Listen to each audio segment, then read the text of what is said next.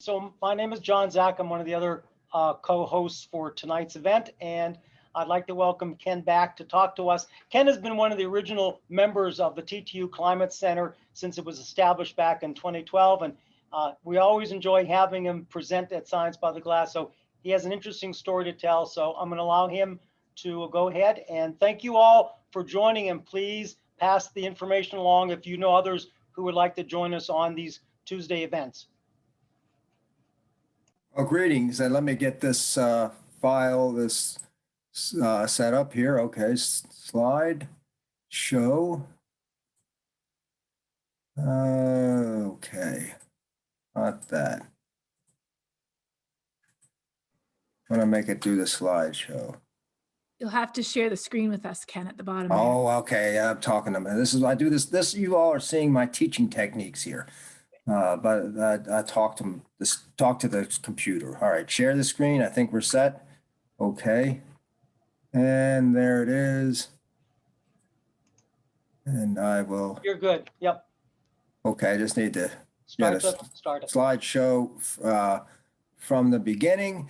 And here we are. So my topic is oil and American Genesis story. And I've done this versions of this presentation in different ways and written several things, including an article that I wrote for Christianity Today, which was the evangelical publication that Billy Graham was instrumental in starting. And it was an interesting process coming at it as an academic to sort of weave what I was thinking, what I was writing about, and make it compatible with their audience and their editors. Okay, let's see, make that go away. This is the Derrick from where Colonel Drake discovered oil in 1859 in Western Pennsylvania. And here's the church, one of the churches up there. And so I always thought the parallel between the spires, where we see oil is almost like an American biblical story in a way. The discovery of oil and the changes that it brought onto our economy were perhaps as significant as almost like the genesis of the industrial era and the modern era came with oil. And in a lot of ways, this follows the Old Testament and Hebrew Bible plot line. So God creates the heavens and the earth in the Bible, and oil creates modern society. For us, the patriarchs, Adam and Abraham, and Colonel Drake and Rockefeller and Hunt from the oil patriarchs. So there's a comparison, these initial people. In the Exodus, Moses leads the people to the chosen land and westward expansion as we move.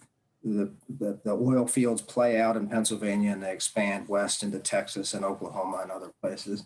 The chosen people break their covenant with God, welcoming foreign gods and power. And in the Bible, it's a constant cycle of God grants the chosen, the people of the book, there's their special rights and the rights to the land, especially the land is very important, and the resources. And then they mess up somehow. They worship a fertility god, Baal or something like that, and they have to be slapped down, whether it's Sodom and Gomorrah or the Noah's flood or various the captivity by the Babylonians, whatever it may be. And in this case, in the oil case, we have oil expands, brings prosperity to the country, and there's problems with vice and oil field pollution, monopolies, and other things. But then the covenant is restored in the Bible, and of course it is restored in the Christian Bible with the sacrifice of Jesus. But in the Old Testament, it's still restored when Cyrus allows the Israelites to go back to Israel from Babylonian, and we see that, of course, there's still the belief that Donald Trump was Cyrus, the American Cyrus, that was going to restore America, make America great again, make Israel, make Canaan great again. That cycle continues, and politicians and anyone, theologians are always tapping into that cycle, and it's really a narrative that is in all stories. You see that there's got to be moments of crisis, then resolution, and then something goes wrong again. And of course, we have the idea that American energy independence in the fracking business. So we restored our covenant. We've thrown off the foreign yoke of OPEC, and we're in charge of our own destiny. And people really, a lot of the energy industry really credited Donald Trump with doing that. There's debate on how much energy independence we have. And like everything, it's complex. Okay. In the beginning was the promise of God, and this is in the Bible.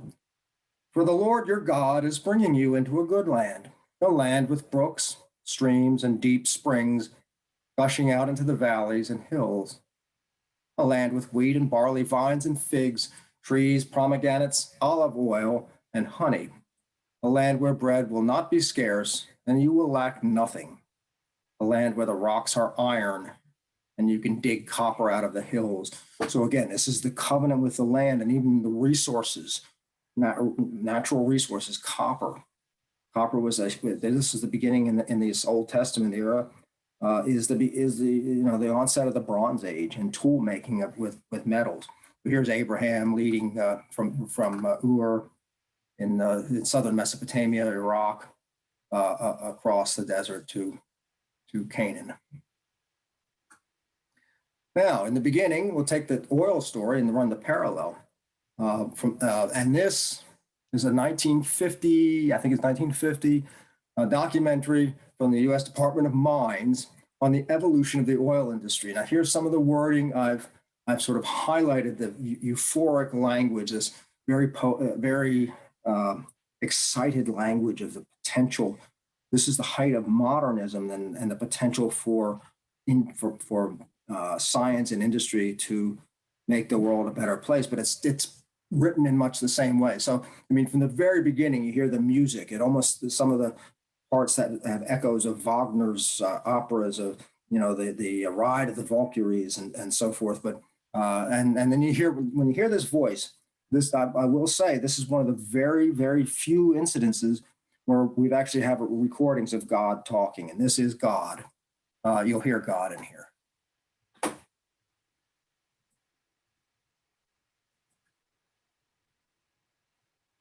And improving oil products, brine, from the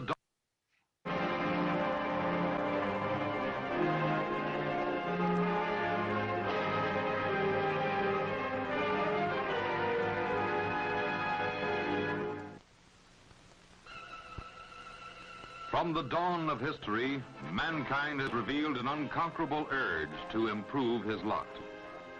Along with his requirements of food and shelter have been the deep-rooted desires to reduce drudgery and to move freely beyond the horizons of his limited domain.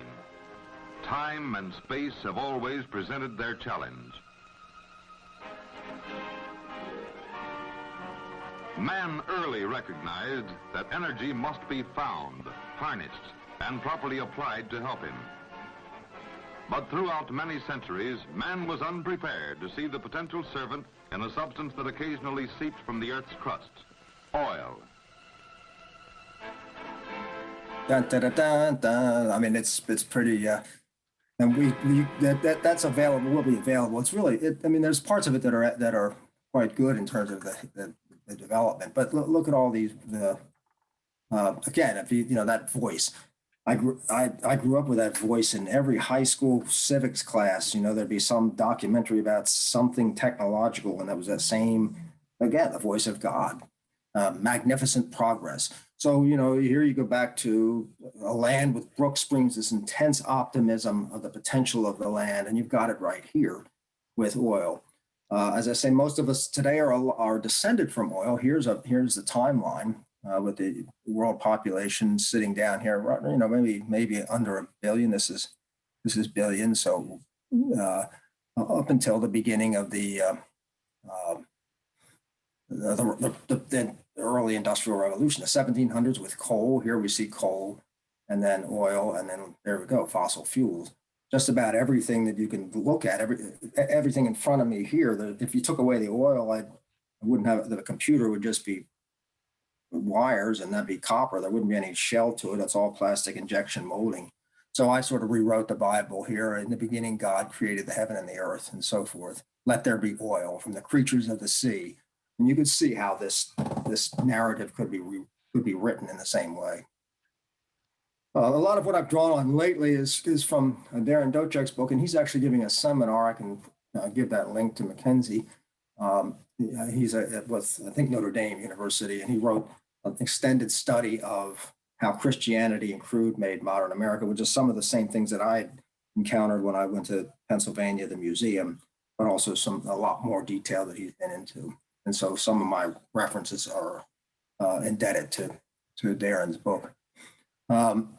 Here we see, and these are 19th century books. This is Walks and Talks in the Geological Field. This was a Chautauqua. It was almost like TED Talks of the time, or these kind of, information, adult learning societies. Coal was laid down by man to fill the prophecies of the ages, it says. So, coal being the fossil fuel oil that hasn't been quite pressed down as much. Here's a brief early history of oil. In 1855, they discovered petroleum could be distilled into kerosene.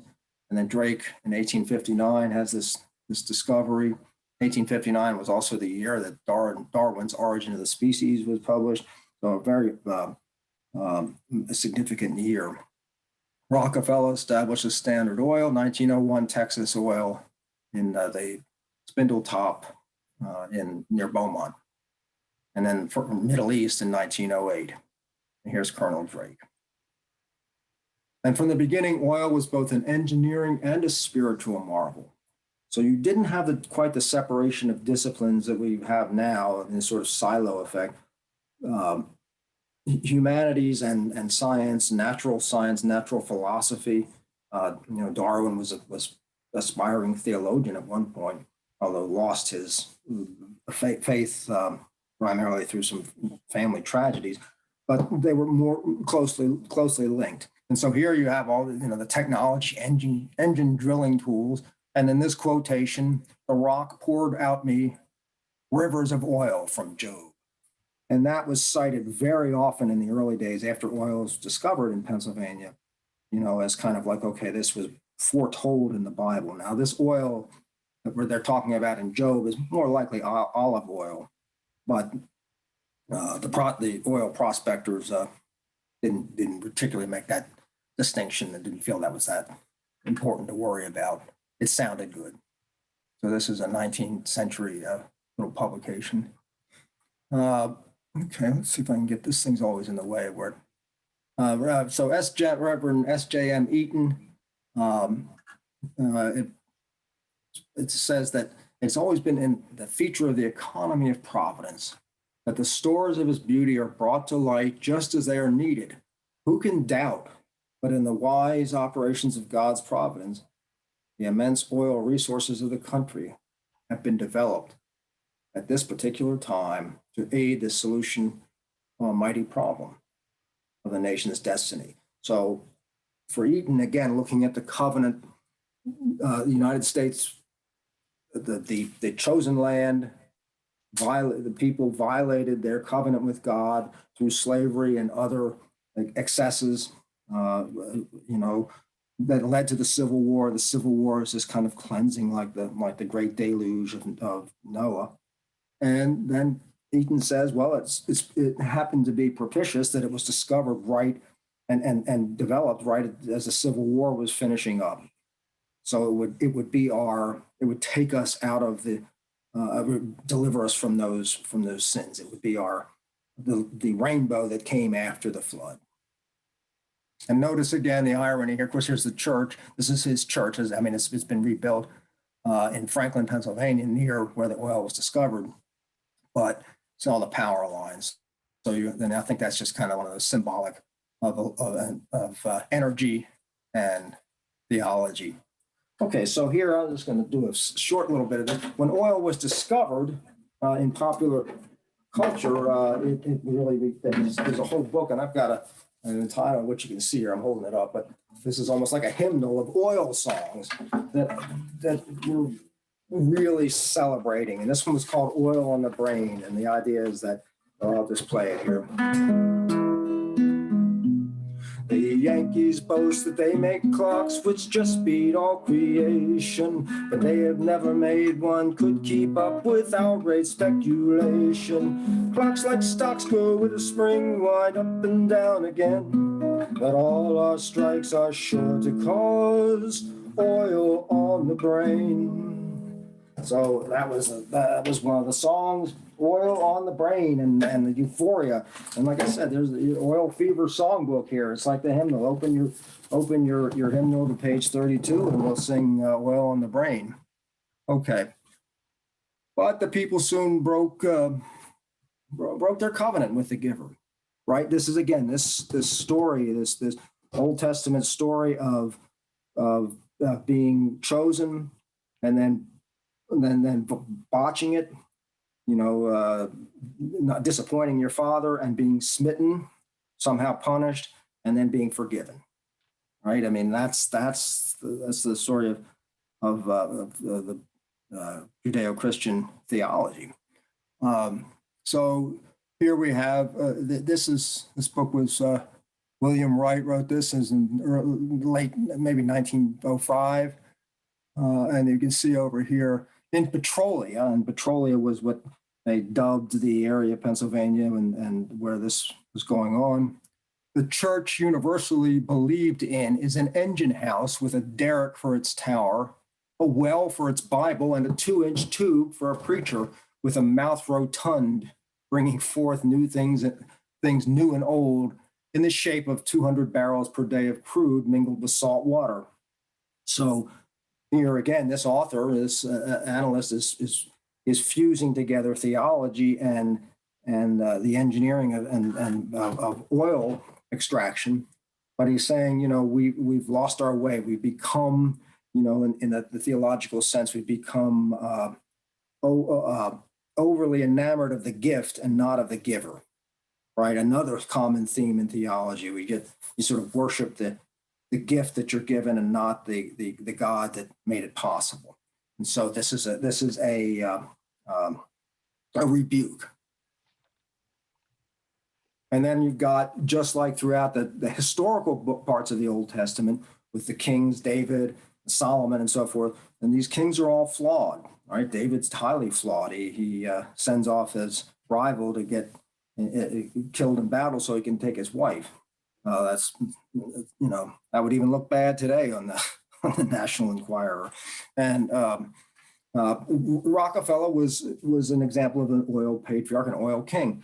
Very, very pious, extremely pious family. His dad was a cad, and so he kind of reacted against that. He was very instrumental in the Baptist church, but also portrayed as this kind of demon, this monster, because of the power of this corporation, Standard Oil. And so, it's that flawed king. Yes, he really was David. He was one of the historical leaders of developing this patriarchal American culture that came to rise, that we saw in that video from 1950. And then there's, so again, the contrast here, and here's some Texas oil is presented as the nectar of a goddess. Now, I don't know if I'd be wearing a white, little white dress with oil in the background, but she seems to be getting away with it. So this is the Spindle Top, and there's a lot of great songs about Spindle Top. I mean, they're really over the top, sort of theatrical about the blow in of Spindle Top in their 1901, and I think it's in Beaumont. And you can't see it for all these things down here. That's wherever that wants to go, it doesn't seem to want to be anywhere. I can get it out of the way. Okay.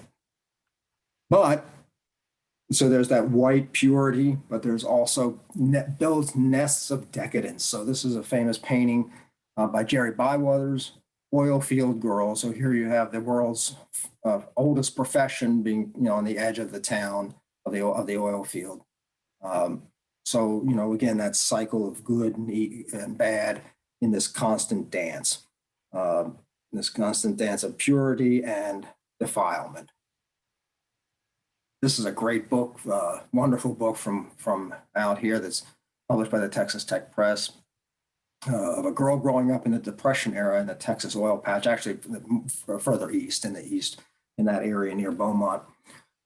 And the author says the pond was called the Slop Bowl. Judging by the trunks of the trees it had killed, it could hardly be over 3 or 4 feet deep. However, no bird flew across it.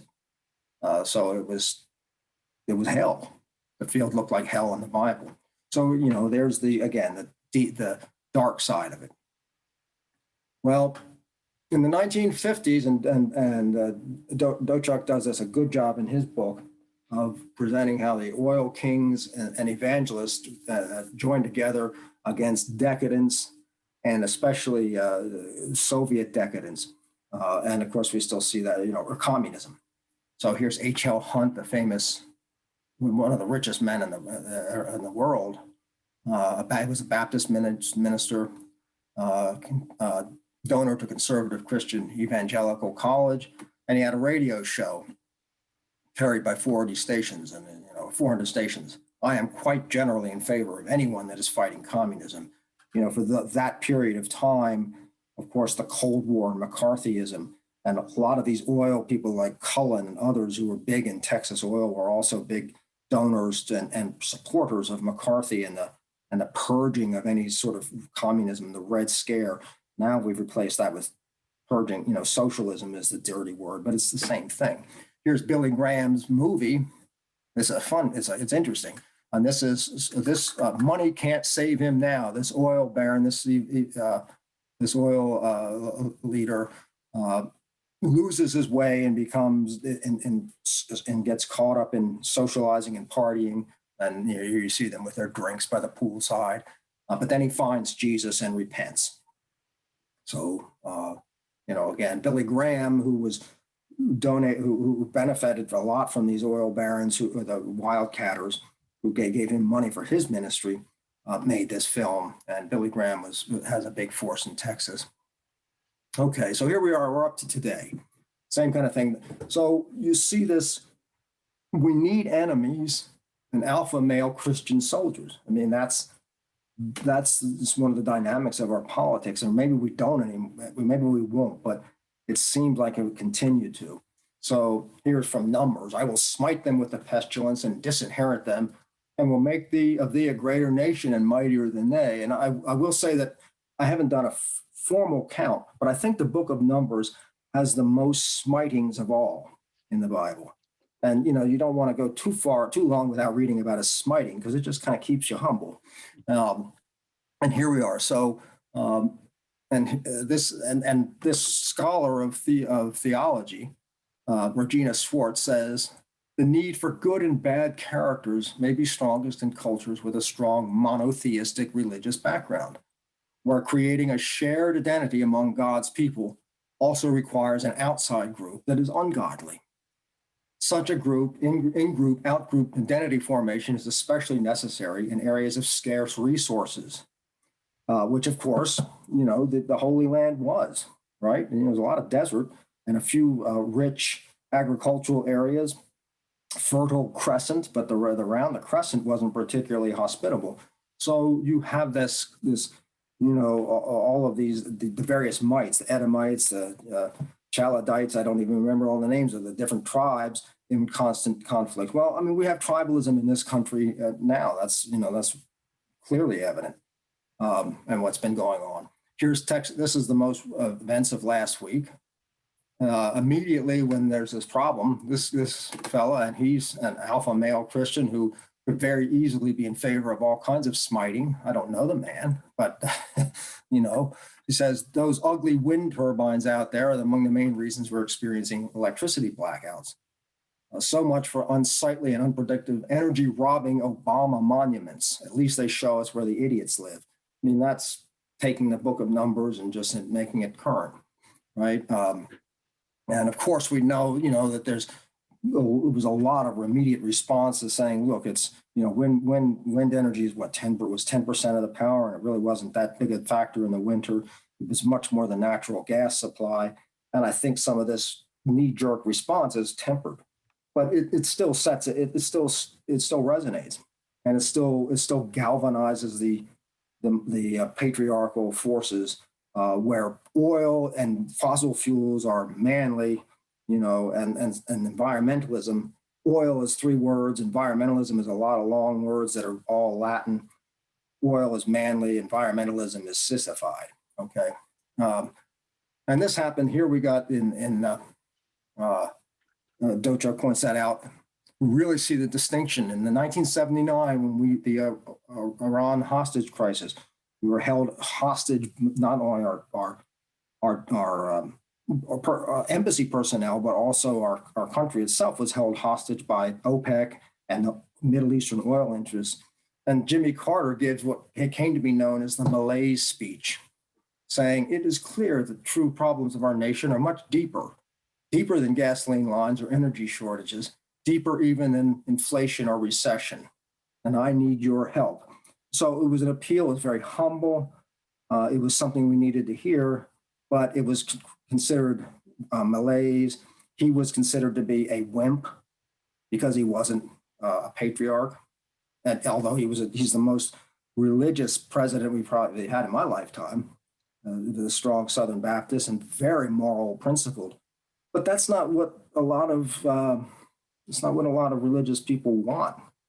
They want somebody to beat their chest and protect them, and also use the right language. Reagan was much more to that effect, and that's how he beat Carter.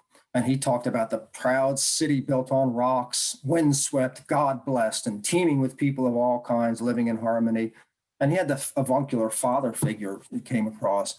And this is the shining city on the hill. And of course, that image comes right out of the Sermon on the Mount from the New Testament. So he won. And we're still in this dichotomy is still there. I've seen, people, some pretty nasty bumper stickers about Joe Biden that are kind of equating him in the same way with this weakness, softness, when, whereas Trump was a man's man.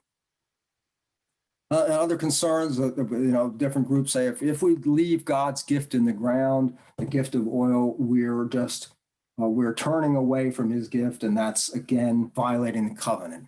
So this Cornwall Alliance and Catherine and others are familiar with this group that says we deny that recognizing this. We basically saying that leaving oil in the ground and turning away from that gift is anti God. Now, last, I'll play this song. It's in our American blood. This was a really, really very, very well done song. With this a roughneck up in North Dakota, and this was several years ago, wrote this song about how working in the oil fields was just in our blood. And we know, blood is like an archetype of the essence of who a person is. The Germans made a big deal in the Third Reich of Blut und Boden, the blood and the soil, right? The two things that are integrated here. So, and we see in this from the book of Revelation, to him who loves and freed us from, and I can't read it there, but serving with God his Father through his blood. Okay, so this is the song. We'll take a listen to this, and then that's it for my talk, and we'll have questions.